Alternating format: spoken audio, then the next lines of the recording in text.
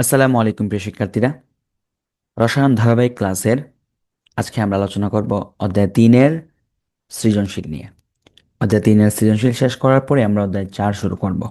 ঠিক আছে, তাহলে এক্সট্রা কোনো কথা না, আমরা পড়ালেখা শুরু করি। তো প্রথমে আমরা দেখে নেই ঢাকা বোর্ড 2023 একটা সৃজনশীল আমাদের সামনে আছে। দেখি এখানে কি দেওয়া আছে। আমরা যদি উদ্দীপকটা দেখি, এই হচ্ছে এ বি। সেখানে হচ্ছে এইচ এর মানটা দেওয়া আছে, প্লাঙ্কের ধ্রুবক 6.626 ইন্টু 10⁻34। আচ্ছা, প্রথম প্রশ্ন হচ্ছে ক নাম্বার, সেটা হচ্ছে ভর সংখ্যা কাকে বলে। আমরা জানি কোনো একটা পরমাণুতে প্রোটন এবং নিউট্রন সংখ্যার যোগফলকে আমরা তার ভর সংখ্যা বলি। ঠিক আছে, এটা আমরা আমাদের জানা টপিক। তারপরে আসো, খ নম্বর বলতেছে নাইট্রোজেন পরমাণুর আসল পরিচয়, তার পারমাণবিক সংখ্যা ব্যাখ্যা করো। খুবই গুরুত্বপূর্ণ একটা প্রশ্ন। যে নাইট্রোজেনের পারমাণবিক সংখ্যা থেকে, দেখো আমরা বইয়ের মধ্যে পড়ছি, মূল বইয়ের মধ্যে পড়ছি যে নাইট্রোজেনের পারমাণবিক সংখ্যা থেকেই তার আহ, প্রোটন সংখ্যা, তার ইলেকট্রন সংখ্যা সেটা জানতে পারি। এবং যদি আমরা কোনো কারণে তার ভর সংখ্যা জানতে পারি, তাহলে সেখান থেকে তার নিউট্রন সংখ্যাও জানতে পারি। অর্থাৎ সেখানে তার প্রোটন কতটি আছে, তার ইলেকট্রন কতটি আছে, এই জিনিসগুলা, তার পুরো যে পরিচয়, সেইটা কিন্তু আমরা ওই পারমাণবিক সংখ্যা থেকেই জানতে পারতেছি। ঠিক আছে, তাহলে এটাই বলতেছে যে নাইট্রোজেন পরমাণুর আসল পরিচয়, তার পারমাণবিক সংখ্যা ব্যাখ্যা করো। তুমি একবার যদি রিডিং দাও, এই জিনিসটা এমনিতেই পারবা। ঠিক আছে, নর্মাল একটা প্রশ্ন, নর্মাল, একদম নর্মাল কনসেপচুয়াল প্রশ্ন। এখন আমার 3 নম্বর প্রশ্ন, চলো এ চিত্রের ক্ষেত্রে সর্বশেষ শক্তি স্তরে ইলেকট্রনের কৌণিক ভরবেগ নির্ণয় করো। বোঝা গেছে? এ চিত্র দেখো, এ যদি চিত্র দেখি আমার এখানে, তাহলে সর্বশেষ শক্তি স্তর, এটা হচ্ছে প্রথম শক্তি স্তর, এই যে এটা হচ্ছে প্রথম শক্তি স্তর, এটা হচ্ছে দ্বিতীয় শক্তি স্তর। তার মানে এখানে সর্বশেষ শক্তি স্তর মানে কি রে? সর্বশেষ শক্তি স্তর মানে 2 নম্বর শক্তি স্তর, তাই না? n = 2। সেক্ষেত্রে কৌণিক ভরবেগ নির্ণয় করো। তাহলে আমরা কি জানি? আমরা যদি এখানে দেখি, এখানেও দেখে দেখে নি, এখানে তো তোমরা সবাই জানো যে কৌণিক ভর mv r = nh/2 পাই, তাই না? এখানে n এর মান 2, মানে সর্বশেষ শক্তি স্তর n = কত? 2। n এর মান 2 বসায় দাও, প্লাঙ্কের ধ্রুবকের মানটা বসায় দাও, বাই 2 পাই। নর্মালি একদম এমসিকিউ এর মতো যে ম্যাথগুলো আমরা করছি, এগুলো একদম সহজ প্রশ্ন, এখানে পড়াইবার কিছু নেই। বইয়ের মধ্যে আমরা আলোচনা করছি, তাই না? এ ও বি মডেল দুটির মধ্যে তুলনামূলক আলোচনা করো। তাহলে দেখো এখানে এ মডেল এবং বি মডেল। ঠিক আছে, এখানে এ মডেল আর বি মডেল চিনতে হবে আগে, তাই না? এই যে বি মডেল, এই বি মডেলটা কোন মডেল রে? বইয়ের মধ্যে দেওয়া আছে, কিন্তু বইয়ের মধ্যে আমরা পড়ছিলাম বি মডেলটা কার সাথে মিলতেছে? রাদারফোর্ড পরমাণু মডেল। কোন মডেল পরমাণু মডেল? রাদারফোর্ড পরমাণু মডেল। আর এটা কোন পরমাণু মডেল? বোর পরমাণু মডেল। তাহলে এখন বোর পরমাণু মডেল এবং রাদারফোর্ড পরমাণু মডেলের মধ্যে তুলনা। একদম সহজ একটা প্রশ্ন, একদম একদম সহজ একটা প্রশ্ন। এইটা হচ্ছে আমরা যখন বই পড়াইছিলাম তখন সবাইকে বলে ফেলছিলাম, সবাইকে বুঝাই দিছি। একদম সহজ। তাও আমরা যদি এখানে, তারা আলোচনা করছে 3টা কথা, তুমি আর অনেক কিছু আলোচনা করতো, রাদারফোর্ড পরমাণুর কথাগুলো বলো এবং বুরের পরমাণুর কথাগুলো বলো, এবং একটার সাথে একটা তফাৎ দিল, রাদারফোর্ড এই বলছে, বুর সেই বলছে, এগুলা আমরা বইয়ের মধ্যে যেরকম পড়াই দিছিলাম, আগের আগের ভিডিওগুলো দেখো, ঠিক তেমনই তুমি এখন মনে রাখতে পারো। এখানে তুমি এইটা একবার রিডিং দিয়ে দিবা, তাহলে কে ভালো, মানে সব থেকে গ্রহণযোগ্য কোনটা, সেটা হচ্ছে বুর পরমাণু মডেল। ব্যাস, এখানে আমি আসলে মনে করি যে আমি পড়াই দেওয়ার মতো কিছু নাই। এরপরে আসো রাজশাহী বোর্ড 2023। আহ গাঠনিক সংকেত বলতে কি বুঝো? এটা এই অধ্যায়ের না, এটা সামনের অধ্যায়ের, অধ্যায় 5-এর, বাট তাও একটি অণুতে মৌলের পরমাণুগুলো যেভাবে সাজানো থাকে, প্রতীক এবং বন্ধনের মাধ্যমে তা প্রকাশ করাকে গাঠনিক সংকেত বলা হয়। অর্থাৎ আমরা যে দেখি, সেই হচ্ছে তার গাঠনিক সংকেত। ম্যাগনেসিয়ামকে মৃৎক্ষার ধাতু বলা হয় কেন? সেটা অধ্যায় আম, 4-এর প্রশ্ন। খ নম্বর 4 থেকে আসছে, সেটা আমরা অধ্যায় 4 পড়লে এমনিই পারবা। তবে বলেছি ম্যাগনেসিয়াম হচ্ছে গ্রুপ 2 এর মৌল। গ্রুপ 2-তে যারা থাকে তারা বেশিরভাগ মাটিতে পাওয়া যায়, দ্যাটস ওয়াই তাদেরকে মৃৎক্ষার মৌল বলা হয়। বুঝা গেছে? এটা হচ্ছে বেসিক কথা, তুমি অধ্যায় 4 পড়লে এমনিই পারবা। তারপরে এই 2 নম্বর সৃজনশীলের এই দেখো এ, যেটা, সেটা হচ্ছে একদম নর্মাল, এই যে একটু আগের মতোই, এটা হচ্ছে রাদারফোর্ড পরমাণু মডেল, আর এটা হচ্ছে বুর পরমাণু মডেল। তাহলে বুঝতেই পারতেছো এখানে কোনটা অধিক উপযোগী বা দুটা তুলনা, এরকম প্রশ্ন আসবে। এন্ড দেখো ঘ নম্বরে কিন্তু এই প্রশ্ন চলে আসছে। হ্যাঁ, উদ্দীপকের কোন মডেলটি অধিক উপযোগী, তুমি যদি 2-3 বার রিডিং দাও উত্তরগুলো, ইনশাল্লাহ তুমি পারবা। এই যেখানে এখানে অনেকগুলো কথাবার্তা বলা আছে, কিন্তু প্রত্যেকটা কথা আমি আগে বইয়ের মধ্যে পড়াই দিছি, সো আমি এখানে আর সময় নিচ্ছি না। বুঝা গেছে? তুমি যদি আমার আগের ক্লাসগুলো করো, তুমি পারবা অবশ্যই। বুঝে দিতে পারছি এখানে কোনটা অধিক গ্রহণযোগ্য বা কোন মডেলটা বা পরমাণু গঠন থেকে কোন মডেলটা অধিক উপযোগী, সেটা হচ্ছে বুরবন মডেল। গ নম্বর প্রশ্ন দেখো যে বি মডেলের সর্বশেষ শক্তি স্তরের ঘূর্ণায়মান ইলেকট্রনের কৌণিক আগের মতো সেম কৌণিক ভরবেগ নির্ণয় করে MB equal to NH by two pi. সর্বশেষ শক্তি স্তর এখানে কত? সর্বশেষ শক্তি স্তর হচ্ছে এখানে 3, অর্থাৎ আহ, দেখো এই হচ্ছে আমার প্লাস, এই যে ভিতরে এটা হচ্ছে নিউক্লিয়াস, 1 2 3 N N is equal to 3, তাহলে MBR is equal to NH by two pi, তাই না? এখানে এইচ এর মান তো 6.6 টু 6 × 10⁻³ মানটা বসায় দিবা, আয়ন হচ্ছে এখানে কত? 3। একদম সহজ, এখানে পড়ায় দেওয়ার বা বুঝিয়ে দেওয়ার মতো কিছু নাই, নর্মাল প্রশ্ন, একদম সহজ প্রশ্ন। তারপরে আসো যশোর বোর্ড 2023। যশোর বোর্ড 2023-এর মধ্যে দেখো একটি পরমাণুর ভর কত? 10.51 ইন্টু 10⁻³ গ্রাম। ওয়ার একটি পরমাণুতে 34টি নিউট্রন আছে। ঠিক আছে, এই হচ্ছে আমার উদ্দীপক। এখন দেখো এই প্রশ্নটা ইম্পর্টেন্ট, এই ধরনের নিয়মের প্রশ্ন পরীক্ষায় আসে, আমি একটু দেখাই দিব এটা। সংকেত কাকে বলে? দেখো সংকেতের সংজ্ঞা বইয়ের মধ্যে যা দেওয়া আছে সেটাই, নির্দিষ্ট প্রতীক ও নির্দিষ্ট নিয়মের মাধ্যমে মৌলিক বা যৌগিক পদার্থের অণুকে সংক্ষিপ্ত আকারে প্রকাশের রূপকে কি বলা হয় রে? সংকেত বলা হয়। সংকেত কাকে বলা হয়? ক নম্বরের প্রশ্ন মুখস্থ করে নিবা। ঠিক আছে, এখানে পড়ায় দেওয়ার বা বুঝিয়ে দেওয়ার কিছু নাই। পটাশিয়ামকে ক্ষার ধাতু বলা হয় কেন? পটাশিয়ামকে ক্ষার ধাতু, দেখো মৃৎ ক্ষার ধাতু এবং ক্ষার ধাতু বোঝার চেষ্টা করো। যে গ্রুপ 1-এর ধাতুগুলাকে বলা হয় ক্ষার ধাতু, এবং গ্রুপ 2 এর ধাতুগুলাকে বলা হয় মৃৎক্ষার ধাতু। তো গ্রুপ 1-এর ধাতুগুলাকে আমরা কোন ধাতু বলি রে? ক্ষার ধাতু বলি। কেন? দেখো আমরা পটাশিয়ামকে বলতেছে, পটাশিয়ামকে কেন ক্ষার ধাতু বলা হয়? 2-3টা বিক্রিয়া দিয়ে দিয়ে দিলে আরো সুবিধা হয়। যেমন কারণ পটাশিয়াম গ্রুপ 1-এর মৌল পানির সাথে বিক্রিয়া করে তীব্র ক্ষারীয় যৌগ উৎপন্ন করে। পটাশিয়াম যদি পানির সাথে বিক্রিয়া করে উৎপন্ন করে পটাশিয়াম হাইড্রোক্সাইড। তো পটাশিয়াম হাইড্রোক্সাইড কি রে? একটা তীব্র ক্ষার। ঠিক আছে, আবার পটাশিয়াম হাইড্রোক্সাইড অম্লের অম্লত্বকে বিনষ্ট করে, অর্থাৎ পটাশিয়াম হাইড্রোক্সাইড অ্যাসিডের সাথে বিক্রিয়া করতে পারে। বোঝা গেছে? বিক্রিয়া করে লবণ ও পানি উৎপন্ন করে, দ্যাটস সে কি দেয়? প্রশমন বিক্রিয়া দেয়। তার মানে সে একটা ক্ষার ধাতু, সে ক্ষারের মতো আচরণ করে। ঠিক আছে, বিক্রিয়া দুইটা একটু মুখস্থ করে নিবা, একদম সহজ প্রশ্ন। বিক্রিয়া, এর থেকে সহজ আর কিছু হইতে পারে না। ঠিক আছে, ওকে, এখানে পড়াই বড় কিচ্ছু নাই। আসো গাণিতিক বই মৌলটি নির্ণয়, ভেরি ভেরি ইম্পর্টেন্ট। আসো, এই প্রশ্নগুলো আমি এখানে দেখাই দিচ্ছি যে একটি পরমাণুর ভর দেওয়া আছে। তো আমরা জানি একটি পরমাণুর প্রকৃত ভরকে যদি আমরা 541 না 10.541 × 10⁻23, একটি পরমাণুর প্রকৃত ভরকে যদি আমরা 1.661 ইন্টু 10⁻24 দিয়ে ভাগ দেই, তাহলেই তার প্রকৃত মানটা কি আপেক্ষিক পারমাণবিক ভরটা চলে আসবে। আর ওই আপেক্ষিক পারমাণবিক ভর দেখেই চিনতে পারবো এটা কোন মৌল, সেটা আমরা এমসিকিউ এ পড়ি কিন্তু। বুঝা গেছে আমার কথা? কি বুঝছো? মানে অ্যাটমিক মাস ইউনিট যেটা, এই মানটা দিয়ে, ঠিক আছে, 1.661 ইন্টু 10⁻24 দিয়ে ভাগ দিলে মানটা চলে আসবে। এটা হচ্ছে আমার একটা নিয়ম। আরেকটা নিয়ম কি? সেটা হচ্ছে প্রোটন এবং ইলেকট্রনের কাহিনী দিয়ে বের করা। বুঝা গেছে? প্রোটন এবং নিউট্রনের ভর দিয়ে বের করা। ঠিক আছে, তাহলে বলতেছে গাণিতিকভাবে মৌলটি নির্ণয় করো। তাইলে আমরা ধরলাম, আমরা এখানেই দেখে দিই, তাহলে বড় হইল না আর।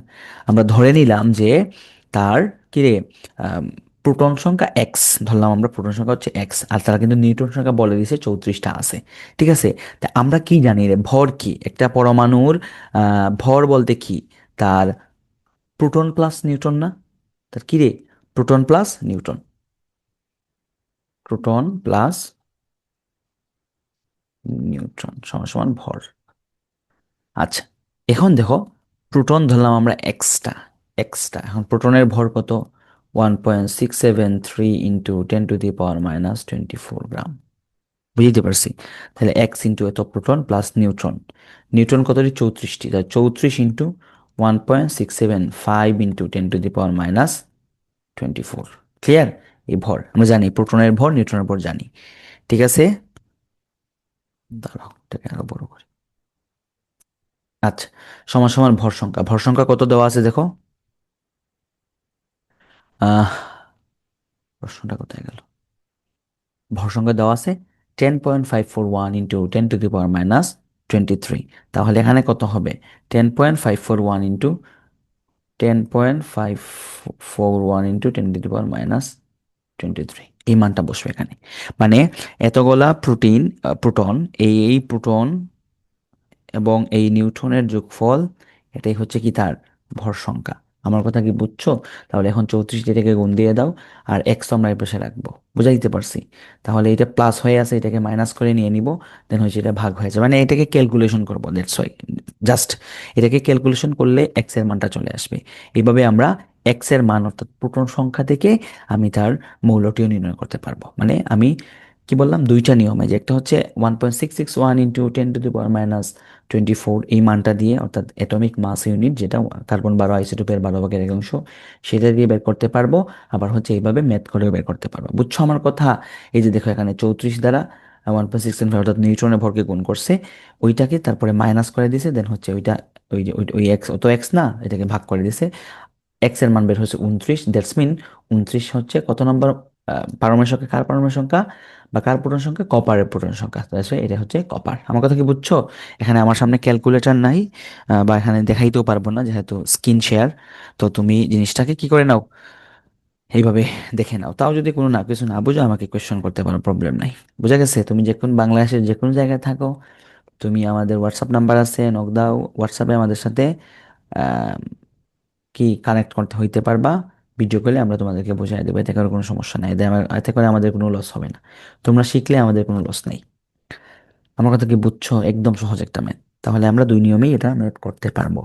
তারপরে আসো, উদ্দীপকের মৌলটির বিদ্যুৎ পরিবাহী এবং এর ইলেকট্রন বিন্যাস সাধারণ নিয়ম। আচ্ছা, বলতেছে উদ্দীপকের মৌলটি বিদ্যুৎ পরিবাহী, নাম্বার 1, আর একটা হচ্ছে এবং এর ইলেকট্রন বিন্যাস সাধারণ নিয়মে ব্যতিক্রম। এই দুটো ব্যাখ্যা করবো। যে উদ্দীপকের মৌলটা কি পাইলাম আমরা, একটু আগে পাইলাম কপার, এবং কপার হচ্ছে বিদ্যুৎ পরিবাহী, এই কথাটা ব্যাখ্যা করব, এবং হচ্ছে এর ইলেকট্রন বিন্যাসের ব্যতিক্রম দেখা, দুইটা কথা ব্যাখ্যা করব। ঠিক আছে? তো কপার বিদ্যুৎ পরিবাহী, এই আলোচনাটা, বা ধাতুর বিদ্যুৎ পরিবাহিতা, এই আলোচনাটা আমরা করছি এই তোমাদের বইয়ের মধ্যে অধ্যায় 5-এ দেওয়া আছে। তো তোমরা যারা অধ্যায় 5 পড়ছো, তারা তো এই জিনিসটা অলরেডি ধরে ফেলছো, যে কপার কেন কিভাবে বিদ্যুৎ পরিবহন করে, তাই না? সঞ্চারনশীল ইলেকট্রনের যে কারসাজি, ধাতব বন্ধনের যে কারসাজি, এগুলো অলরেডি পড়ে ফেলছো। বাট যারা অধ্যায় 3 পড়তেছো, অধ্যায় 5 পড়ো নাই, তাদের জন্য এই জিনিসটা বুঝতে অসুবিধা হবে। ঠিক আছে? তো আমরা কপার ধাতু, আমি জাস্ট তোমাকে বলি যে কপার ধাতু জাস্ট বেসিক ভাবে অধ্যায় 5 পড়লে এটা এমনিতেই ক্লিয়ার হয়ে যাবে, অধ্যায় 5-এর সাথে মিলে আসে আর কি। তো কপার ধাতু, এরা ধাতব বন্ধন তৈরি করে। তো কপার ধাতু বা ধাতুগুলা সাধারণত কি করে, তাদের শেষ কক্ষপথে 1, 2, 3টে ইলেকট্রন থাকে, যাদের প্রতি তাদের আকর্ষণ তুলনামূলক কম থাকে, এবং তারা এদেরকে ছেড়ে দেয়। ঠিক আছে? তো ছেড়ে দিলে ইলেকট্রনগুলো হচ্ছে ওই ধাতুর মধ্যে, আহ, পুরো ধাতব খণ্ডের মধ্যে কি হয়, মুক্তভাবে বিচরণ করে আর কি, সেটাকে আমরা বলি সঞ্চারনশীল ইলেকট্রন। ঠিক আছে? এখন কাহিনী কি হয়েছে, ওই সঞ্চারনশীল ইলেকট্রন কারণে সে কি করতে পারে, বিদ্যুৎ পরিবহন করতে পারে, তাপ পরিবহন করতে পারে। এটা হচ্ছে আমার একদম বেসিক কথা। এখন তুমি যে ভাইয়া বা আমি তো অধ্যায় 5 পারি না, এখন উত্তর কিভাবে করবো? এইখানে যে লাইনগুলো দিচ্ছে, এই লাইনগুলো তুলে দিলেই হবে। বাট যারা অধ্যায় 5 পড়ছি, তারা হচ্ছে কপারের ধাতব বন্ধনের কাহিনীটা বলবা, চিত্র সহ দিবা। ঠিক আছে? সঞ্চারনশীল ইলেকট্রনগুলা দিয়ে দিবা। তো এইভাবে তুমি সুন্দর করে ব্যাখ্যা দিয়ে দিবা, তাহলে তোমার ব্যাখ্যাটা একদম ফুলফিল হবে। অধ্যায় 5 পড়ার পরে তুমি এমনিতেই এটা আনসার করতে পারবা। কপার ধাতু বিদ্যুৎ সুপরিবাহী, কারণ কপার ধাতু স্ফটিকে মুক্তভাবে বিচরণশীল, ইলেকট্রনগুলো বিদ্যুৎ পরিবহনের কাজ করে, যে বলতেছে মুক্তভাবে বিচরণশীল, ব্যাটসম্যান সঞ্চারনশীল ইলেকট্রন। একটি কপার ধাতব খণ্ডের দুই প্রান্তের সাথে ব্যাটারি ধনাত্মক ও ঋণাত্মক প্রান্ত সংযুক্ত করলে ইলেকট্রনগুলো ঋণাত্মক প্রান্ত থেকে ধনাত্মক প্রান্তের দিকে যায়, অর্থাৎ ধনাত্মক প্রান্ত থেকে ঋণাত্মক প্রান্তের দিকে বিদ্যুৎ প্রবাহিত হয়। আমরা জানি ইলেকট্রন যেদিকে প্রবাহিত হয়, তার বিদ্যুৎ তার বিপরীত দিকে প্রবাহিত হয়।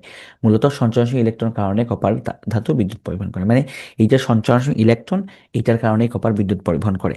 আচ্ছা, আমি তোমাদেরকে বইয়ের মধ্যে জিনিসটা দেখা দিই, আরো সুবিধা হবে। বুঝা গেছে? তাহলে আমি বইটা আনি, তোমাদের রসায়ন বইটা নিয়ে আসি, তোমাদের আরো সুবিধা হবে। 5 নম্বর চ্যাপ্টার আমি তোমাদেরকে দেখাই দিই, জাস্ট জাস্ট এক নজর দেখাই দিব। এটা 5 নম্বর চ্যাপ্টার, একদম বিস্তারিত আলোচনা হবে। সো এইসব নিয়ে কোনো প্যারা নাই। আমি জাস্ট বলে দিচ্ছি যে 5 নম্বর চ্যাপ্টারে আছে এটা, এবং ওই যে ধাতব বন্ধনের যে কাহিনী, হ্যাঁ, সঞ্চয়নশীল ইলেকট্রনের যে কাহিনীটা। দাঁড়াও,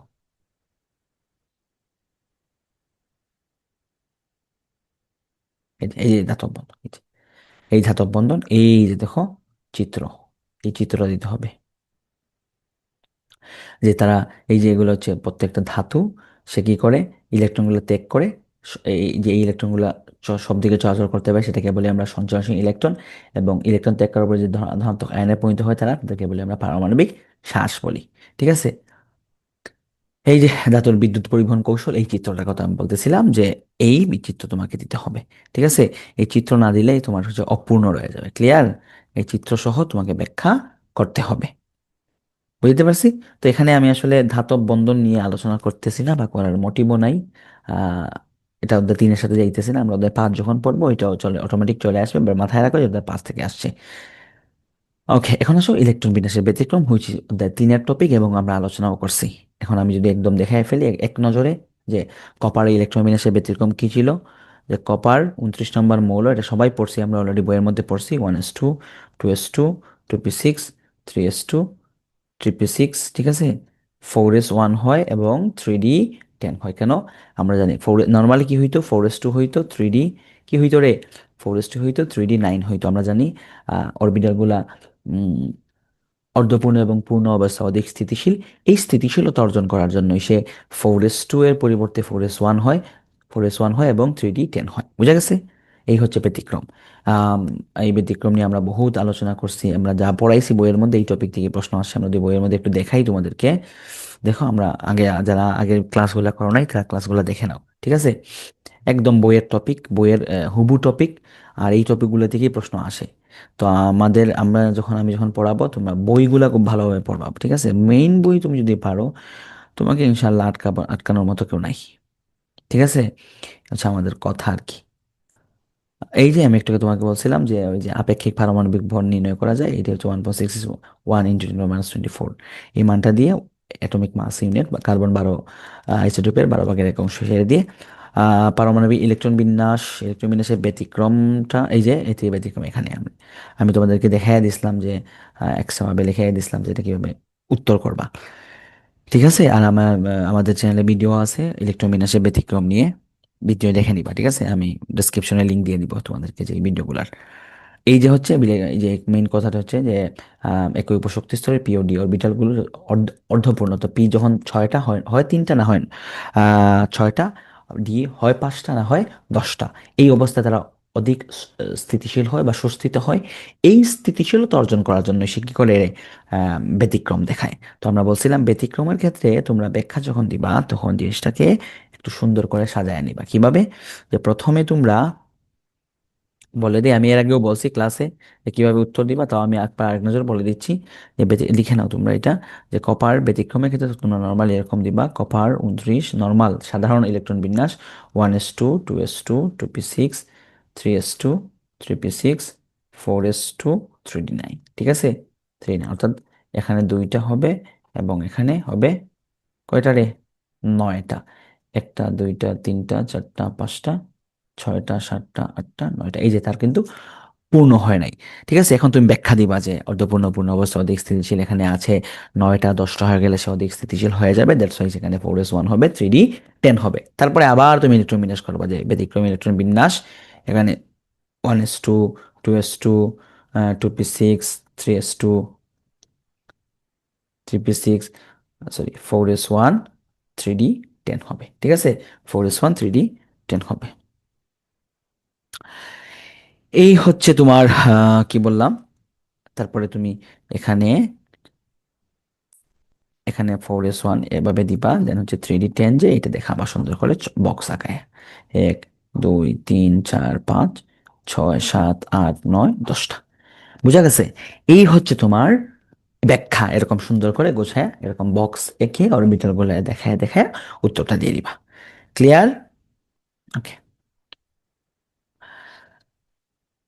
পারবে ইনশাল্লাহ।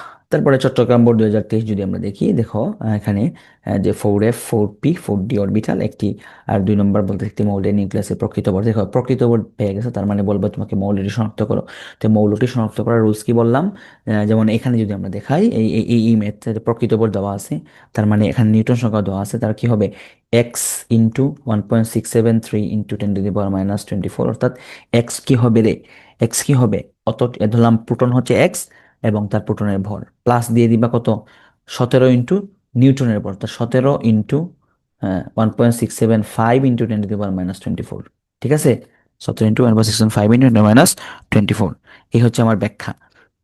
আহ, যোগ করবা সমান সমান হচ্ছে 5.37। আমি যদি দেখাই পরে তোমরা অনেকে হয়তো বুঝবা না, আমি শর্টকাট বলে দিচ্ছি। এখানে আমি দেখাইতেছি যে মৌল শনাক্তকরণ কিভাবে করব।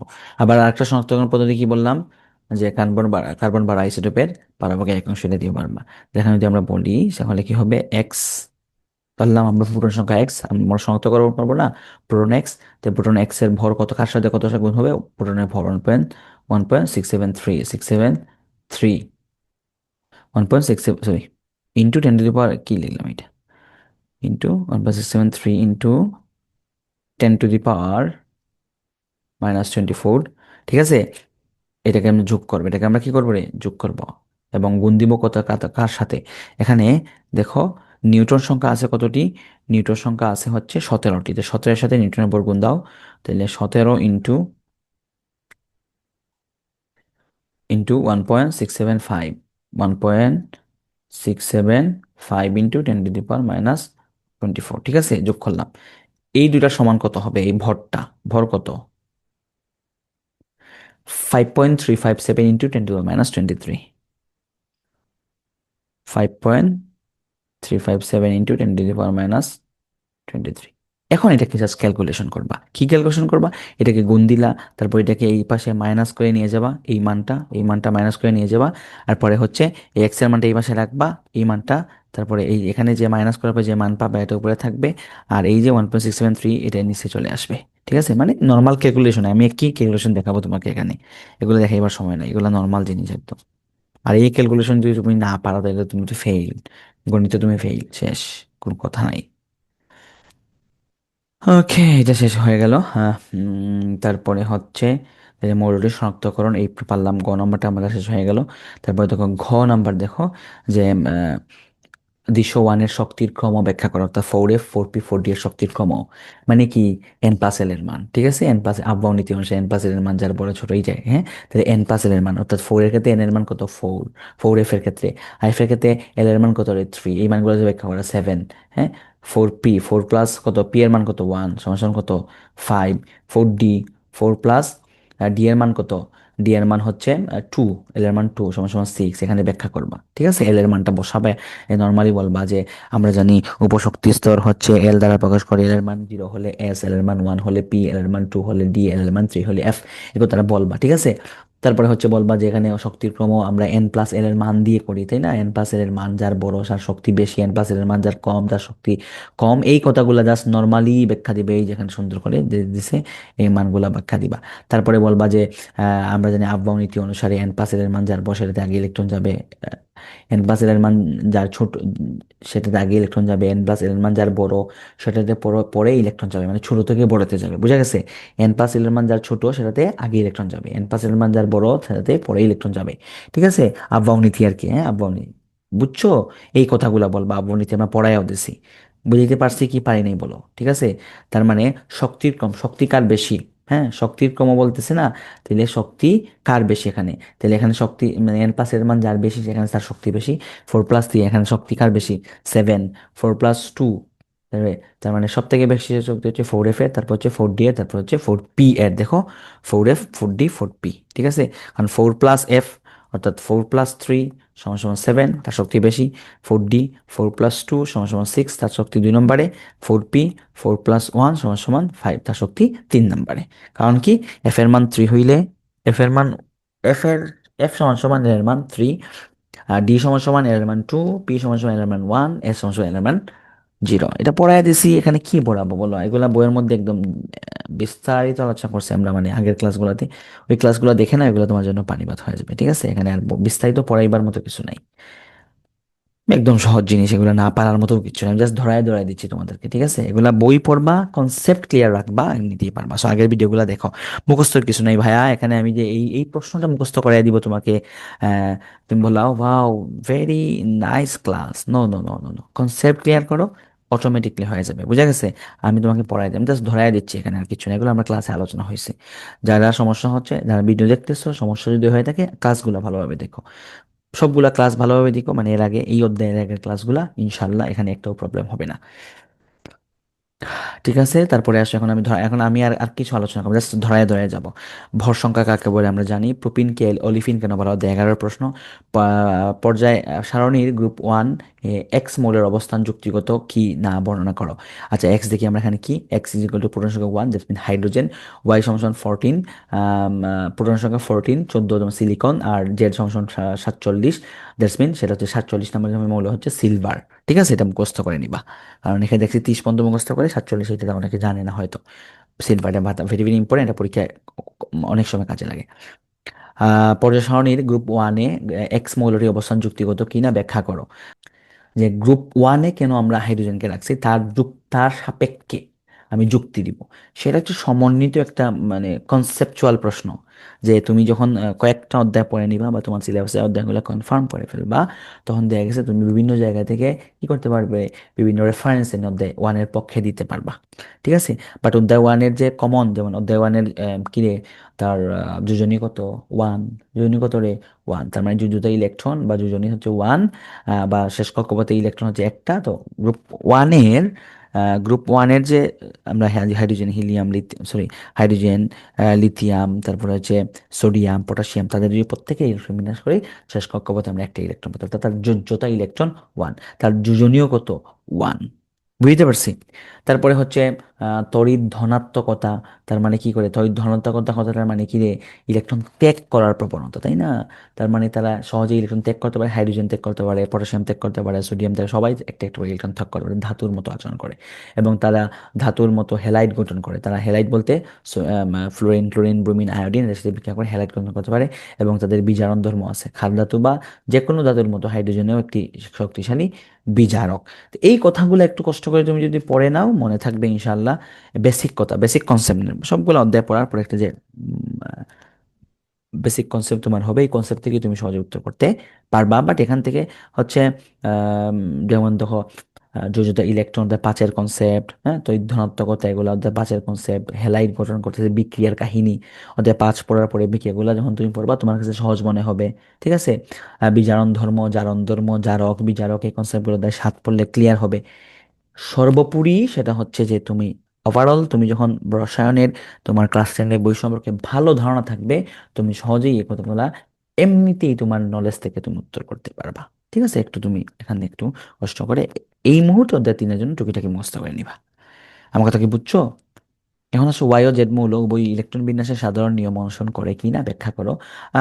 সিলিকন 14 ইলেকট্রন বিন্যাস সাধারণ নিয়ম মেনে চলে, বা 47 যেটা, সেটা মেনে চলে না, বিকজ 47 হচ্ছে কপারের ঠিক নিচেই, দ্যাটস মিন যে ইলেকট্রন বিন্যাসের ব্যতিক্রম দেখাবে, ইলেকট্রন বিন্যাসে কি দেখাবে, ব্যতিক্রম দেখাবে, অর্থাৎ তার হবে কি রে, 5s2 হবে 4d9 হবে নর্মালি, 5s2 4d9। কিন্তু কি বলতো, 5s2 4d9 কি থাকবে, থাকবে না, কারণ সে স্থিতিশীল থাকার চেষ্টা করবে। দ্যাটস ওয়াই 5s1 হবে এবং 4d10 হবে। ব্যাখ্যা আগের মতো ছক, এরকম চিত্র এঁকে ছক এঁকে ব্যাখ্যা দিবে, আগে একটু আগে দেখেছিলাম কপার একটা না, সেম এরকম ব্যাখ্যা, আর কিচ্ছু নেই। তারপরে আসলে ঢাকা বোর্ড 2022-এর প্রশ্ন। আম, সেটা হচ্ছে আইসোটোপ কাকে বলে আমরা জানি, যে সকল পরমাণুর প্রোটন সংখ্যা সমান তারা হচ্ছে একে অপরের আইসোটোপ। প্রোটন সংখ্যা সমান কিন্তু ভর সংখ্যা বা নিউট্রন সংখ্যা ভিন্ন হবে। পরমাণুর সমস্ত ভর নিউক্লিয়াস কেন্দ্রীভূত ব্যাখ্যা করো, এগুলো পড়ানো হয়েছে, ক্লাস দেখেও পড়ানো হয়েছে, এখানে পড়াইবার কিছু নাই, ক্লাসের মধ্যে আলোচনা হয়েছে। উদ্দীপকের প্রথম মৌলের আপেক্ষিক পারমাণবিক ভর 35.5 হলে এর 50টি পরমাণুর ভর কত? Very very important. এটা কনসেপচুয়াল প্রশ্ন, যে প্রথম মৌল আপেক্ষিক পারমাণবিক ভর বলতেছে 35.5, প্রথম মৌল কোনটা, এক্স সতেরো, দ্যাটস মিন সেটা হচ্ছে ক্লোরিন। ক্লোরিনে আপেক্ষিক পারমাণবিক ভর 35.5 হলে 50টি, তাহলে এখানে হচ্ছে অধ্যায় ছয়ের সাথে কনসেপ্ট মিলিয়ে প্রশ্ন আসে, বোঝার চেষ্টা করো। আপেক্ষিক বা প্রথম মৌলে আপেক্ষিক পারমাণবিক ভর 35.5, দ্যাটস মিন 35.5 সমান সমান এক মোল। হ্যাঁ, 35.5 সমান সমান কত মূল রে, এক মোল। তাহলে এক মোল মানে কত, 6.023 ইন্টু 10^23, ক্লিয়ার? তার মানে 6.023 ইন্টু 10^23 ক্লোরিন পরমাণু ভর হচ্ছে 35.5 গ্রাম। অতএব একটির কত, 50টির কত, এখান থেকে মেটে বের করো। আমার কথা কি বুঝছো? 35.5 এক্স কি, ক্লোরিন। তাহলে ক্লোরিনের তার গ্রাম পারমাণবিক ভর কত, 35.5, 35.5, বুঝাইতে পারছি নি? না বুঝো নাই? তাহলে দেখো বুঝো, যে প্রথম মৌলের আপেক্ষিক পারমাণবিক ভর, দ্যাটস মিন একটা পরমাণুর ভর 35.5। আমরা জানি যে পরমাণুর ক্ষেত্রে পারমাণবিক ভর, অণুর ক্ষেত্রে আণবিক ভরটাই গ্রাম এককে প্রকাশ করলে তার মূল সংখ্যা হয়। যেহেতু এখানে আমরা পরমাণুর কথা বলতেছি, তার মানে 35.5 গ্রাম সমান এক মূল পরমাণু। এক মূল কত পরমাণু? দ্যাটস মিন 35.5 গ্রাম ক্লোরিন পরমাণুর মধ্যে 6.023 ইন্টু 10⁻23টি কি আছে? ক্লোরিন পরমাণু আছে। আমার কথা কি বুঝছো? তাহলে 6.023 ইন্টু 10⁻23 ক্লোরিন পরমাণুর ভর 35.5 গ্রাম। অতএব 50টির ভর আমরা ঐকিক নিয়মে, নর্মাল নিয়মের ম্যাথ, এখানে আর কিছু নাই। বুঝছো? শেষে অধ্যায় অধ্যায় 6-এর সাথে সমন্বয় করে আসছে মূলের কনসেপ্ট থেকে। জেডের সর্বশেষ ইলেকট্রন 3D অরবিটালে প্রবেশ করলে ওয়াই এর ক্ষেত্রে হয় না। দেখি আমরা ওয়াই কি, ওয়াই হচ্ছে 19 পটাশিয়াম, যেটা স্ক্যান্ডিয়াম। বুঝতে পারছি? তাহলে ওয়াই হচ্ছে 19, হুইচ ইজ পটাশিয়াম। বলতেছে জেড এর সর্বশেষ ইলেকট্রন 3D অরবিটালে প্রবেশ করলে ওই যে আবরণীতির কথা বলবা যে আম, কথা 3p এর মধ্যে 3p পর্যন্ত কি হয়ে যায় রে? 18টা হয়ে যায় না? তারপরে হচ্ছে 3p এর পরে হচ্ছে নর্মালি কি আসবে? 3D আসবে, কিন্তু 3D আসে না, কি আসে? 4s আসে। কোন নীতি? আফবাউ নীতি। বুঝাইতে পারছি তো আমার কথা? আফবাউ নীতি। তাহলে আফবাউ নীতি অনুসারে এখানে কি হবে? পটাশিয়ামের ক্ষেত্রে ইলেকট্রন বিন্যাস করার পরে কি হয় রে? 1s2, 2s2, 2p6, 3s2, 3p6, 18 হয়ে গেছে। দেন হয়ে 4s1 চলে যায়। তার মানে 4s ফিল আপ হওয়ার পরে, 4s ফিল আপ হওয়ার পরে কি হয়? 3D-তে যাবে। তাহলে এখানে 4s1 হয়। কিন্তু স্ক্যান্ডিয়ামের ক্ষেত্রে কি হয়? 1s2, 2s2, 2p6, 3s2, 3p6, 4s2 হয়, 3D1 হয়। অর্থাৎ স্ক্যান্ডিয়াম 21 নম্বর মৌল, 20টা ফিল আপ হয়, মানে 4s ফিল আপ হয়ে গেলে 20টা হয়ে যায়, দেন হচ্ছে 21 নম্বরটা জিতে চলে যায়। বুঝছো? এই যে আবরণীতির ব্যাখ্যাটা আসবে এখানে, আর কিচ্ছু নাই। ক্লিয়ার? আমার কথা কি বুঝছো? এই যে আমি বইয়ে তোমাকে পড়াই দিয়েছি যেভাবে, এখানে আবরণীতির ব্যাখ্যাটা আসবে। ঠিক আছে? এন প্লাস এর মান এই, কারণ এই জন্য এন প্লাস এর মান যার ছোট সাথে আগে ইলেকট্রন যাবে। দেখো 4s এন প্লাস এর মান ছোট, এই জন্য আগে 4s ইলেকট্রন যায়, তারপরে 3D ইলেকট্রন যায়। আবরণীতির ব্যাখ্যাটা দিবে এখানে। বুঝছো? এভাবে দেখা দিবে, একদম সহজ প্রশ্ন, এখানে না বোঝার মতো কিছু নেই। আমরা পড়াই দিছি, পুরো ভিডিও দেখো, পারবা ইনশাল্লাহ। তারপরে দেখো পাতন কাকে বলে? পাতনটা তোমার এই অধ্যায়ের টপিক না, ঠিক আছে? তাহলে এখানে আমরা দেখতেছি না। কার্বন ডাই অক্সাইড, মিথেন এর মধ্যে কার ব্যাপন হার বেশি? অধ্যায় 2-এর টপিক। হ্যাঁ, অধ্যায় 2-এর টপিক। আমরা 2 পড়লে এগুলা হয়ে যাবে, সমস্যা নেই। উদ্দীপকের ডি মৌলের শেষ কক্ষপথে ইলেকট্রনের কৌণিক ভরবেগ নির্ণয় করো। এখানে ডি মৌলের শেষ কক্ষপথ দেখো, কে এল এম এন, এন শেষ কক্ষপথে এন মানে চতুর্থ শক্তি স্তর, কৌণিক ভরবেগ NH/2 পাই, 4 এন এর মান কত হবে? 4 H 6.626 × 10⁻²4/2 পাই। এখানে পড়াইবার মতো কিচ্ছু নাই, নর্মাল জাস্ট মানগুলা বসায় দিবার, কিচ্ছু নেই এখানে। উদ্দীপকের ডি মৌল ইলেকট্রন বিন্যাসে 2n² সূত্র দ্বারা ব্যাখ্যা করা যায় কিনা ব্যাখ্যা করে, একদম সহজ রে ভাই। ইলেকট্রনের 2n², অর্থাৎ আমরা জানি যে যে কোনো একটা শক্তি স্তরে সর্বোচ্চ ইলেকট্রন কম থাকতে পারবে কতটি? 2n² সংখ্যক। কতটি? 2n² সংখ্যক। এই 2n² সংখ্যক কিভাবে হয়েছে সেটা ব্যাখ্যা করব আমরা, ঠিক আছে? এখন বলতেছে প্রশ্ন কি, যে উদ্দীপকের দ্বিমৌলিক ইলেকট্রন বিন্যাস 2n² সূত্র দ্বারা ব্যাখ্যা করা যায় কিনা। যে মানে কি, যে আমরা বলতে 2n² বলতে কি, প্রথম কক্ষপথে কয়টা থাকবে? আমি যদি এখানে দেখাই, প্রথম কক্ষপথে আমরা যদি ইলেকট্রন বিন্যাসটা করি, দেখো যে প্রথম কক্ষপথে থাকবে ইলেকট্রন কয়টা? 2n² হইলে 2 × 1² সমান সমান 2টা। দ্বিতীয় কক্ষপথে থাকবে 2 × 2² সমান সমান 2 × 4 সমান সমান কত রে? 8টা, তাই না? তৃতীয় কক্ষপথে থাকবে 2 × 3² সমান সমান 2 × 9 সমান সমান 18টা। এখন কাহিনী হচ্ছে, বলতেছে যে 2n² সূত্র সমর্থন করবে কিনা। এখন দেখো আমরা কি দেখছি, যে প্রথম কক্ষপথে 2টা সঠিক, দ্বিতীয় কক্ষপথে 8টা, সেটাও সঠিক, কিন্তু তৃতীয় কক্ষপথে দেখো 18টা না দেখা 8টা থেকেই সে চতুর্থ শক্তি স্তরে চলে গেছে। কেন? ওই আবহাওয়া নীতির কারণে। বুঝছো না কাহিনী? তাহলে তৃতীয় কক্ষপথে তো 18টা দেখার কথা, তার মানে 8টা হয়েছে, তার মানে 9 নম্বরটা 10 নম্বরটা এরকম ভাবে 18 নম্বর পর্যন্ত তৃতীয় কক্ষপথে থাকবে, অর্থাৎ 3D পর্যন্ত থাকবে। কিন্তু এখানে তো 3D-তে গেল না, অর্থাৎ এখানে 18টা ফিল আপ হওয়ার আগেই কি 4s-এ চলে গেছে, অর্থাৎ এখানে কি 2n² সূত্রটা মেনে চলে নাই। এই ব্যাখ্যাটা দিবে, একবার রিডিং দিলেই পারবা। বুঝছো? আহ, একদম সহজ, মানে কি বলবো, বই তুমি যদি পারো, বইয়ের কনসেপ্ট ভালোভাবে পারো, তোমার জন্য এগুলো কোনো ব্যাপারই না। ঠিক আছে? অনেক সৃজনশীল, তাও আমি একটা একটা করে জাস্ট কনসেপ্ট গুলা ক্লিয়ার করতেছি তোমাদের। তারপরে আসো 1, 16, 17 এবং 18। এক্স মৌলের আইসোটোপের শতকরা পরিমাণ 99.76%, 0.037%, 203%, অর্থাৎ 16, 17 এবং 18 কোনটা হইতে পারে বলতো? অক্সিজেনের আইসোটোপ। ঠিক আছে, কার আইসোটোপ? অক্সিজেনের আইসোটোপ। ক্লিয়ার? আচ্ছা, এরপরে কি? 19, Y19 এবং Z11, অর্থাৎ Y19 হইলে সেটা হচ্ছে 19 নম্বর মৌল পটাশিয়াম, আর Z11 সেটা হচ্ছে সোডিয়াম। এখন আসো মূলার দমন কাকে বলে? ওদের ছয়ের প্রশ্ন। তৃতীয় প্রধান শক্তি স্তরে এফ অরবিটাল থাকে না, কারণ ওই যে আমার এন থেকে এল, এল থেকে এফ। হ্যাঁ, আমরা এন এর মান যদি 3 হয় তাহলে এল এর মান কি হইতে পারে? N-1 পর্যন্ত, অর্থাৎ 0 থেকে N-1 পর্যন্ত, অর্থাৎ এক কম পর্যন্ত। তো এন এর মান 3 হইলে এল এর মান কত হবে? 0, 1, 2 হবে, 2 পর্যন্ত হবে। আর 0 হইলে এস, 1 হইলে পি, আর এফ হইলে, সরি, 0, 1, 2, 2 হইলে কি রে? ডি। এফ হওয়ার জন্য 3 লাগবে, কিন্তু তৃতীয় শক্তির জন্য এল এর মান 3 হয় না। দ্যাটস ওয়াই এফ অরবিটাল থাকতে পারে না। এটা আমার যে ক্লাসে আলোচনা আছে, একদম সহজ প্রশ্ন। আমার কথা কি বুঝছো? যে আমরা জানি এন এর মান যদি 3 হয়, তাহলে এল এর মান কি হইতে পারে? 0, 1, 2 হইতে পারে। 0 হইলে এস, 1 হইলে পি, 2 হইলে ডি হইতে পারে, এতটুকু পর্যন্ত হইতে পারে। বুঝছো? দ্যাটস ওয়াই এফ হবে না, এফ অরবিটাল হয় না। উদ্দীপকের এক্স মৌলের আপেক্ষিক পারমাণবিক ভর নির্ণয় করা, অর্থাৎ তিনটা পরমাণুর আপেক্ষিক এই যে আইসোটোপ আছে, এই আইসোটোপের আপেক্ষিক পারমাণবিক ভর। আপেক্ষিক পারমাণবিক ভর নির্ণয়ের সূত্র কি ছিল বলতো? আপেক্ষিক পারমাণবিক ভর নির্ণয়ের সূত্রটা ছিল যে ভর ইন্টু পার্সেন্ট প্লাস ভর ইন্টু পার্সেন্ট প্লাস ভর ইন্টু পার্সেন্ট বাই 100। মনে আছে নি? এটা একদম আমরা বইয়ের মধ্যে পড়ায় দিছি, একদম দেখো, এই যে তোমাদের বইয়ের মধ্যে কিন্তু আমি আপেক্ষিক পারমাণবিক বইয়ের কনসেপ্টটা, গড় আপেক্ষিক পারমাণবিক বইয়ের কনসেপ্টটা পড়ে এই যেখানে বলছিলাম যে ভর ভর ইন্টু পার্সেন্ট প্লাস ভর ইন্টু পার্সেন্ট প্লাস ভর ইন্টু পার্সেন্ট যা হবে বা 100। ঠিক আছে, তো এখানেও সেম। ধরো 99.76% কোনটা আছে যথাক্রমে? 16 ইন্টু 99.76, 17 ইন্টু 0.037, তারপর হচ্ছে 18 ইন্টু 0.203। বুঝছো? মানে এই 16-এর সাথে এই পার্সেন্টেজ গুণ হবে, 17-এর সাথে তার নিজের পার্সেন্টেজ গুণ হবে, আর 18-এর সাথে তার নিজের পার্সেন্টেজ গুণ হবে। প্লাস হবে কি?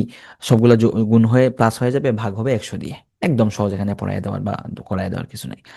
আম, হুম, তারপরে ঘ নম্বর হচ্ছে ওয়াই ও জেড মৌল দুটি ইলেকট্রন বিন্যাস টু স্কয়ার সূত্র মেনে চলে কিনা ব্যাখ্যা করো। তার মানে এই যে আমি একটু আগেই বললাম যে পটাশিয়াম যে কি হয় না, তার 3 নম্বর শক্তি স্তরে 18টা ফিল আপ না করে, মানে 8টা হয়ে 4 নম্বর শক্তি স্তরে চলে যায়। তার মানে এই যে পটাশিয়াম সে মানবে না, কিন্তু সোডিয়াম মানতেছে কেন? সোডিয়াম কি 1s2, 2s2, 2p6, 3s1। ঠিক আছে, তাহলে প্রথম শক্তি স্তরে 2টা রাখতে সঠিক, 2 নম্বর শক্তি স্তরে 8টা থাকতে সঠিক, 3 নম্বর শক্তি স্তরে কি থাকবে রে? 3 নম্বর শক্তি স্তরে হচ্ছে থাকার কথা 18টা, এখানে একটা আছে, মানে আর কোনো শক্তি স্তর যায় না, অর্থাৎ সোডিয়াম এখানে মেনে চলছে। কিন্তু কি নাই? আম, কে মেনে চলে নাই? পটাশিয়াম মেনে চলে নাই। ঠিক আছে, পটাশিয়াম মেনে চলে নাই। আর পটাশিয়াম কি হয়েছে? 3 নম্বর শক্তি স্তরে 8টা ফিল আপ করে 4 নম্বর শক্তি স্তরে চলে গেছে, কেন? ও আবহাওয়া নীতির কারণে। এটাই ব্যাখ্যা দিবার কিছু নাই এখানে।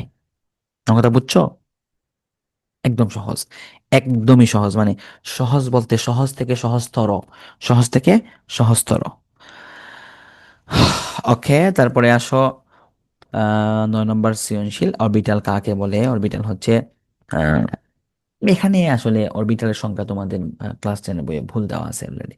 আসলে আমরা জানি যে কক্ষপথের যে স্থানের মধ্যে ইলেকট্রন মেঘের ঘনত্ব 90 থেকে 95%, ওই জায়গাটাকে আমরা অরবিটাল বলি। সেটা হচ্ছে এইচএসসির বইয়ে, কিন্তু তোমাদের বইয়ে দেওয়া আছে পরমাণুতে বিদ্যমান প্রতিটি প্রধান শক্তি স্তর কতগুলো উপশক্তি স্তরে বিভক্ত, তাদেরকে অরবিটাল বলা হয়। দেওয়া আছে, এটাই দিয়ে দিবা।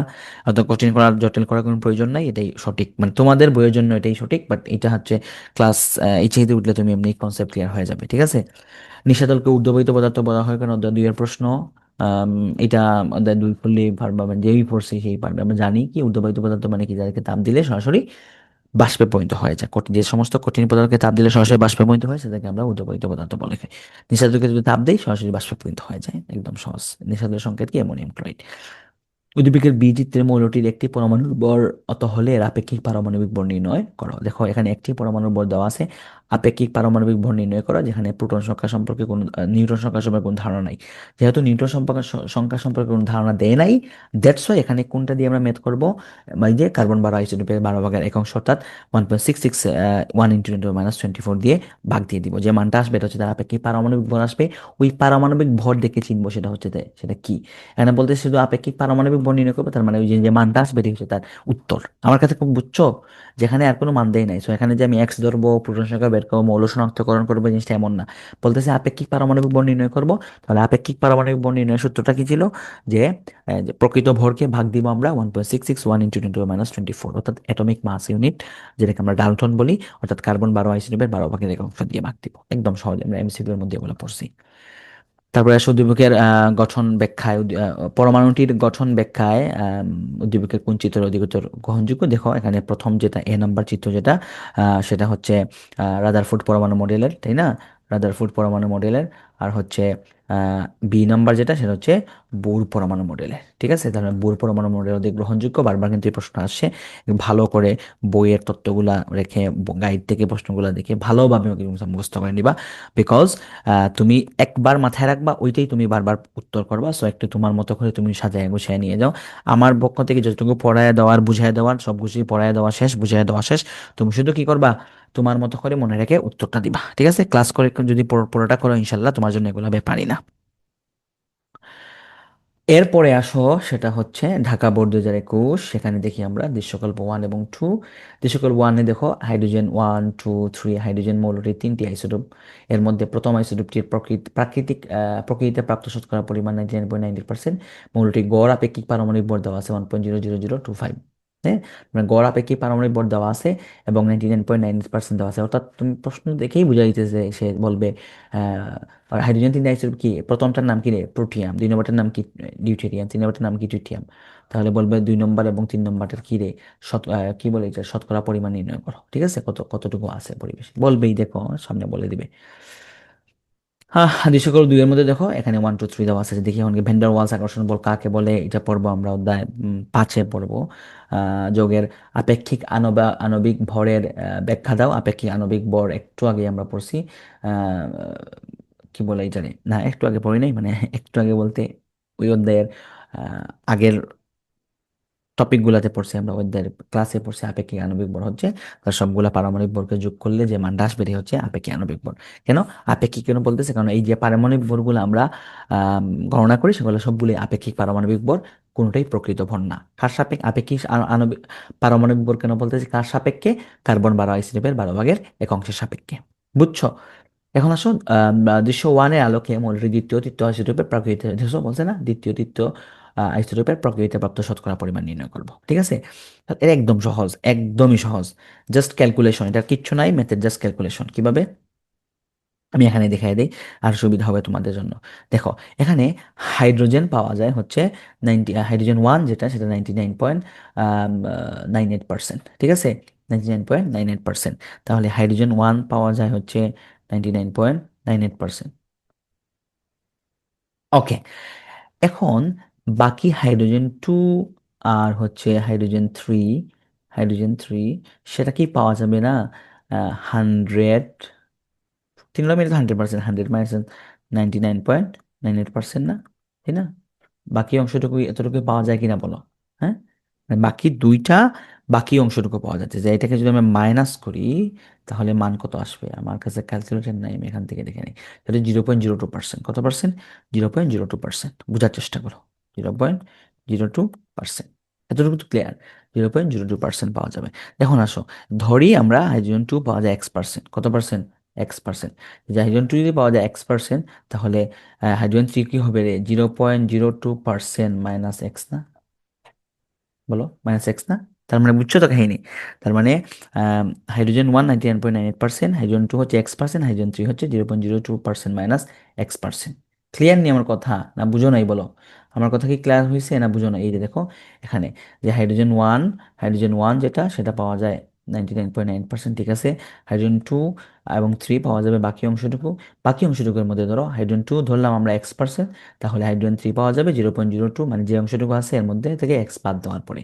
এখন আমরা কি বলছি, পার্সেন্ট ইন্টু ভর প্লাস পার্সেন্ট ইন্টু ভর প্লাস পার্সেন্ট পার্সেন্ট ইন্টু ভর ভাগ 100, তাহলে আসলে 99.98% এক, তাহলে এক দ্বিগুণ দেও। জিরো পয়েন্ট সরি, X% হচ্ছে 2, তাহলে X×2, 0.02 minus X3, 0.02 minus X×3। এইটাকে ক্যালকুলেটিং করে এক্স এর মান বের করবা। ক্যালকুলেটিং আমি এখানে শেখানোর কিছু নাই, তুমি ম্যাথ পড়তেছো, ম্যাথ করতেছো, সাধারণ বীজগণিতিক ক্যালকুলেশন, এইটা না পারলে আসলে তোমার আর কি বলবো, ঠিক আছে। এখানে ক্যালকুলেটিং করানোর মতো সময়ও নাই, কারণ এই ধরনের জিনিসপত্র আমি পড়াই না। এখানে কি পড়াবো, তোমার ক্যালকুলেটিং করবা, ওখানে ক্যালকুলেশন করবা। Concept clear? ওকে, ঠিক আছে। তাও যদি কেউ ক্যালকুলেশন না পারে যোগাযোগ করলে, সময় নেই আমার কাছে, এত সময় নেই। আচ্ছা, তাহলে দেখো, তার মানে আমরা এখানে এক্স এর মান পাইলাম 0.015%, তার মানে এক্স অর্থাৎ 2 ডিউটোরিয়াম, যেটা হচ্ছে X% অত পার্সেন্ট, আর টিটিএম হবে 0.02 থেকে ওই মানটা বাদ দেওয়ার পরে যে মানটা 0.005%, শেষ। সহজ। ইলেকট্রোবিন্যাসের ক্ষেত্রে প্রধান শক্তি স্তরের সাথে উপশক্তি স্তরের সম্পর্ক দৃশ্য দুই আলোকে, মানে 1 2 3, অর্থাৎ এক নম্বরের সাথে মানে চারটা কোয়ান্টাম সংখ্যার মান ব্যাখ্যা করবা: প্রধান কোয়ান্টাম সংখ্যা, সহকারী কোয়ান্টাম সংখ্যা, সরি, প্রধান কোয়ান্টাম সংখ্যা, তারপরে হচ্ছে সহকারী কোয়ান্টাম সংখ্যা, বা যেখান থেকে আমি এল এর মান পাই মানে NL, তারপর হচ্ছে অরবিটাল কোয়ান্টাম সংখ্যা অর্থাৎ M, তারপর হচ্ছে স্পিন কোয়ান্টাম সংখ্যা S। এখান থেকে এক কথায় শেষ হচ্ছে NLMS থেকে আমি তার অরবিটাল সংখ্যা, ইলেকট্রন সংখ্যা ব্যাখ্যা করে বলি, যেটা আমি পড়াই দিছি আগের ভিডিওতে অহরহ আছে, সুন্দর করে বোঝাই দিছি। একদম পারবা, এখানে পড়াই দেওয়ার কিছু নেই, নতুন করে পড়াই দেওয়ার কিছু নেই, ঠিক আছে। আমি জাস্ট ধরাই দিচ্ছি, ঠিক আছে।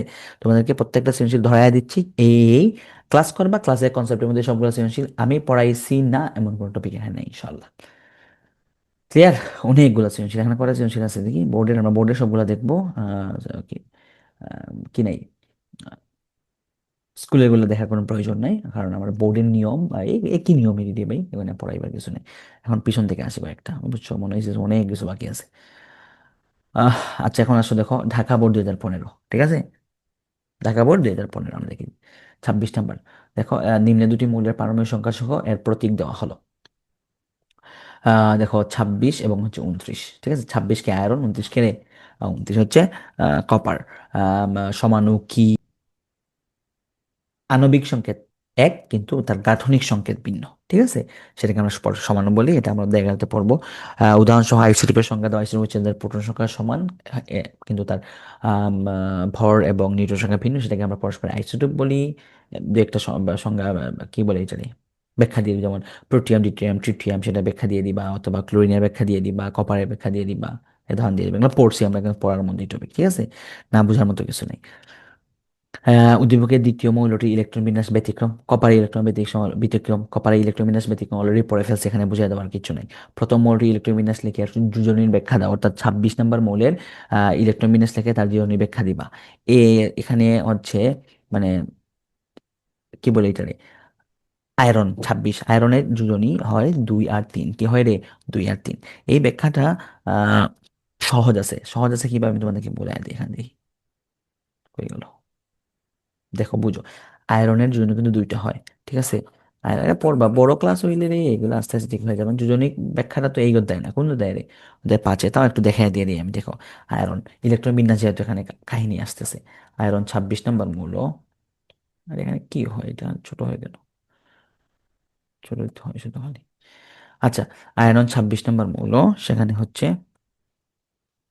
ইলেকট্রন বিন্যাস যদি আমরা করি 1s2, 2s2, 2p6, 3s2, 3p6, 4s2, 3d6। দেখো, তার 4s2 শেষ কক্ষপথ থেকে যদি দুইটি ইলেকট্রন ছেড়ে দেয়, তাহলে সে কি Fe2+ হইতে পারে না, হইতে পারে।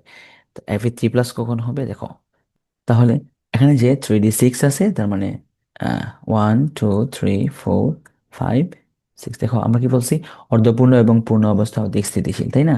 তাহলে এখানে দেখো, সে যদি একটা ইলেকট্রন ছেড়ে দেয়, তাহলে সে অর্ধেক হয়ে যাবে, অর্থাৎ 3d5 হয়ে যাবে, সে অধিক স্থিতিশীল থাকবে। তাহলে সে দুইটা ছাড়ার পরে আরেকটা ছাড়তে পারবে, এখানে হবে কি রে, Fe3+, বোঝা গেছে। এই আয়রনের যোজন হচ্ছে Fe2+ এবং Fe3+, অর্থাৎ ফেরাস এবং ফেরিক, ঠিক আছে। এই হচ্ছে এভাবে হয়।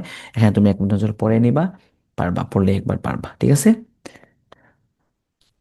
এখানে তারা যে ব্যাখ্যা দিছে যে যদি টু প্রদর্শন করে থ্রি প্রদর্শন করে তোমরা এভাবে না দিয়ে এরকম আগে ইলেকট্রন বিন্যাস করে দেখায় দিবা বক্স আকারে, তারপরে হচ্ছে একটা এক্সাম্পল যেমন ফেরাস ক্লোরাইড এবং ফেরিক ক্লোরাইড এফি, যেমন এখানে Fe2+ যখন হবে সে কি হবে, যেমন FeCl2 ফেরাস ক্লোরাইড, Fe3+ যখন হবে FeCl3 ফেরিক ক্লোরাইড, এভাবে একটু দেখায় দিবা।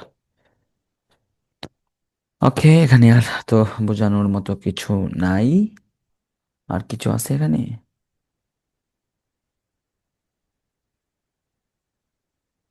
এক দুই ক খ, আর কিছু নাই। হ্যাঁ, তাহলে শেষ। এটা হচ্ছে ঢাকা বোর্ড 2015 শেষ। চট্টগ্রাম বোর্ড 2016 দেখো, এই same A29, that mean copper, B16, that mean হচ্ছে সেটা হচ্ছে সালফার। ঠিক আছে, নিঃসরণ কাকে বলে ওদের দুইয়ের প্রশ্ন আমরা জানি, যা আমরা ওদের দুই পড়ছি পারি। প্রোটিয়াম, জিটোরিয়াম দেখো, এটা প্রোটিয়াম টোটিয়াম পরমাণুর দুটি ভর সংখ্যার ভিন্নতার কারণ ব্যাখ্যা করো। তো ভর সংখ্যার ভিন্নতার কারণ কি, একে অপরের কি রে আইসোটোপ, তাই না? কারণ কি এখানে নিউট্রন বেশি, যেমন প্রোটিয়ামের কোনো নিউট্রন নাই, কিন্তু ডিউটেরিয়াম কি আছে, একটা নিউট্রন আছে। বুঝা গেছে? এটা একটু রিডিং বলেই পারবা। উদ্ভিদের বি মৌলটির 5 গ্রামে পরমাণুর সংখ্যা নির্ণয় করে, সেটা হচ্ছে এদের 6-এর সাথে মিলে আসছে। বি গ্রামের 5 গ্রামে বি মৌলটি, বি 16 নম্বর মৌল সালফার, তার 5 গ্রামে দেখো ভর কি হবে রে, 32 গ্রাম। কি হবে? 32 গ্রাম। তাহলে 32 গ্রামে সমান সমান 1 মোল, তাই না? তাহলে কি লিখবো আমরা? 5 গ্রামে কতটি পরমাণু আছে? তাহলে 32 গ্রামে পরমাণু আছে 6.023 ইন্টু 10^23, না? 32 গ্রাম সমান 1 মোল যেহেতু, অতএব 5 গ্রামে কতটুকু আছে? 6.023 ইন্টু 10^23 ইন্টু 5 বাই, কিরে, ইন্টু 5/32, এই মানটা আসবে শুধু, বুঝছো? অধ্যায় 6-এর কনসেপ্ট, অধ্যায় 6 পড়লে এগুলো এমনিতেই ক্লিয়ার হয়ে যাবে, শেষ।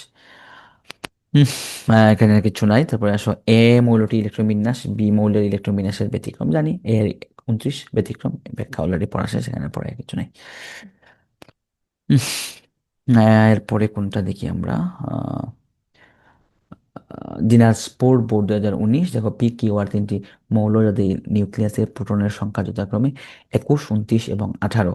ঠিক আছে, তাহলে প্রোটন 21 সেটা হচ্ছে স্ক্যান্ডিয়াম, 29 কপার, 18 হচ্ছে আর্গন, তাই না? তিনটা পাইলাম আমরা। ঠিক আছে, গ নম্বর দেখি আমরা, শুধু গ দেখি। খ খ তো অনেকগুলো অন্য চ্যাপ্টার থেকে আসতেছে, সমস্যা নেই, ওরা পারবা। আম, গ নম্বর দিকে আমরা পি মৌলের ইলেকট্রন বিন্যাসের মাধ্যমে পর্যায় সারণীতে এর অবস্থান নির্ণয় করো। তাহলে ওদের 4-এর প্রশ্ন আছে অবস্থান নির্ণয়, আমরা এস ব্লক পি ব্লক ওদের 4 নিয়ে এগুলো আলোচনা হইব, 4-এর মধ্যে এমনিতেই চলে আসবে। আমি আপাতত এখানে আলোচনা করতেছি না, আমি মানে সময় নষ্ট করতেছি না, অলরেডি অনেকগুলো সৃজনশীল আছে বাকি, ওদের 4 আলোচনা হবে, এটা নিয়ে প্যারার কোনো কারণ নেই। অবস্থান নির্ণয়, তারপরে আসো কি, কিউ এবং আর উভয় মৌলিক ইলেকট্রন বিন্যাস স্বাভাবিক নিয়ম মেনে চলে কিনা। কিউ দেখো, কিউ হচ্ছে 29, 18, আর হচ্ছে 18, তাহলে 18 স্বাভাবিক নিয়ম মেনে চলে, কিন্তু কিউ 29 সেটা স্বাভাবিক নিয়ম মেনে চলে না। ঠিক আছে, ব্যাখ্যা অলরেডি জানি আমরা, এই ধরনের ম্যাথ অলরেডি বহুবার পড়ছি। ওকে, সেটা পড়ানোর কিছু নেই। এবার 23 নাম্বার চলে আসো, বরিশাল বোর্ড 2019। বরিশাল বোর্ড 2019টা দেখো একটু, চিত্র 1, চিত্র 1, চিত্র 2 আর চিত্র 3। চিত্র 1 আর চিত্র 2, এখানে মৌল এক্স এবং 20 গ্রাম আছে। দেখেন কি বোঝাইছে গ নম্বরে, এক্স মৌলের সাথে 3 গ্রাম হাইড্রোজেনের বিক্রিয়া লিমিটিং বিক্রিয়া নির্ণয় করা। অধ্যায় 6-এর সাথে মিলে প্রশ্ন আসছে, বাক্কা বড় ম্যাথ।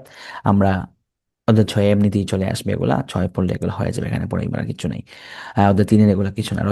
রসায়নের উন্নয়নীতে মডেল 1 ও 2-এর মধ্যে, মডেল 1 হইতে আবার মডেল 1 ও 2 বার আসতেছে। 1 কি, ভুল পরমাণু মডেল, 2 কি, রাদারফোর্ড পরমাণু মডেল, কার ভূমিকা কি, কার ব্যাখ্যা কি, এগুলা দিবে। কি পড়া আবার বারবার বারবার বারবার বার রিপিট আসতেছে, বুঝা গেছে? তো তোমরা যদি এগুলা না পড়ো ধরা খাইবা, মুখস্থ করতে হবে, লিখতে হবে। কার? তোমার। বোঝানোর দায়িত্ব আমার শেষ, আমার বোঝানোর দায়িত্ব শেষ, আমি পড়াই ফেলছি। ক্লাস করছো না এত সময়, এগুলো পড়াই ফেলছি, এখন আমি আর কি পড়াবো এখানে? এখানে আর সময় নেওয়ার সময় আছে নাকি? যারা ধরাই দিচ্ছি তোমাদেরকে আমি। পরমাণুর গঠন সম্পর্কিত দুটি বিশেষ গুণ, আমি দেখো আমি বারবার বলতেছি যে এখানে, যে তোমাকে আমি ভাইয়া সুন্দর করে ভাইয়া ভাইয়া ডেকা, বুঝছো? তোমাকে আমি মুখস্থ করাইবো না, মুখস্থ আই ডোন্ট লাইক। এখানে মুখস্থ বিদ্যার কিছু নেই, তুমি বুঝছো কনসেপ্ট ক্লিয়ার, এখন তুমি তোমার মতো করে মনে রাখো। বুঝতে পারছো? এখানে মুখস্থ করাইছে, হুট করে আসলা, আমি এই অধ্যায়ের কোন অধ্যায়ে বই পড়লাম না, হুট করে আসলা, ওয়ান শট, এই এই 5টা পড়বা ভাইয়া কমন আসছে, এই কথা, এই ধরনের ফালতু teaching system I don't like. যদি তোমার এরকম মন মানসিকতা থাকে, চলে যাও, ক্লাস করতে হবে না। এখন দেখো, রাজশাহী বোর্ড 2020, পরমাণুর গঠন সম্পর্কিত দুটি বিশেষ ঘটনা এ সময় ও সময় নির্বাচন। ঘটনা 1, 1911, হুইচ ইজ রাদারফোর্ড পরমাণু মডেল। 1913, বুর পরমাণু মডেল শেষ ঘটনা ওয়ানে গুরুত্ব বর্ণনা করে মানে রাদারফোর্ড পরমাণু মডেল আর বুর পরমাণু মডেলের সেই কাহিনী, ওই কাহিনীগুলো বহু পড়াইছে আর পড়ানোর মন মানসিকতা নাই। মডেল ওয়ান মডেল টু আবার রাদারফোর্ড পরমাণু মডেল, বুর পরমাণু মডেল। মডেল টু এর শেষ কক্ষপথ, মডেল টু শেষ কক্ষপথ করে, মডেল টু এর দেখো, মডেল টু এটা কি 1 নম্বর, এটা কি 2 নম্বর, শেষ কক্ষপথ কি 2 নম্বর, এন এর মান কত 2, কৌণিক ভরবেগ 2h/2 পাই, শেষ। কিচ্ছু নেই এখানে, নর্মাল ম্যাথ। নর্মাল প্রশ্ন, এত সহজ প্রশ্ন কেন দেয় আমি এটাই বুঝি না আসলে, কঠিন করতে পারে নাকি আরো। আচ্ছা, একদম সহজ তো। আম, তার দ্বিমৌলের 3টি আইসোটোপ দেখো, D1 D2 D3, শতকরা পরিমাণ বলতেছে, ভর সংখ্যা দিয়ে দিছে, ঠিক আছে। আম, এবং এটা হচ্ছে 1 আর 2-তে বলতেছে 5p6s4f5d, বলবে শক্তির ক্রম ব্যাখ্যা করো বা এরকম কিছু।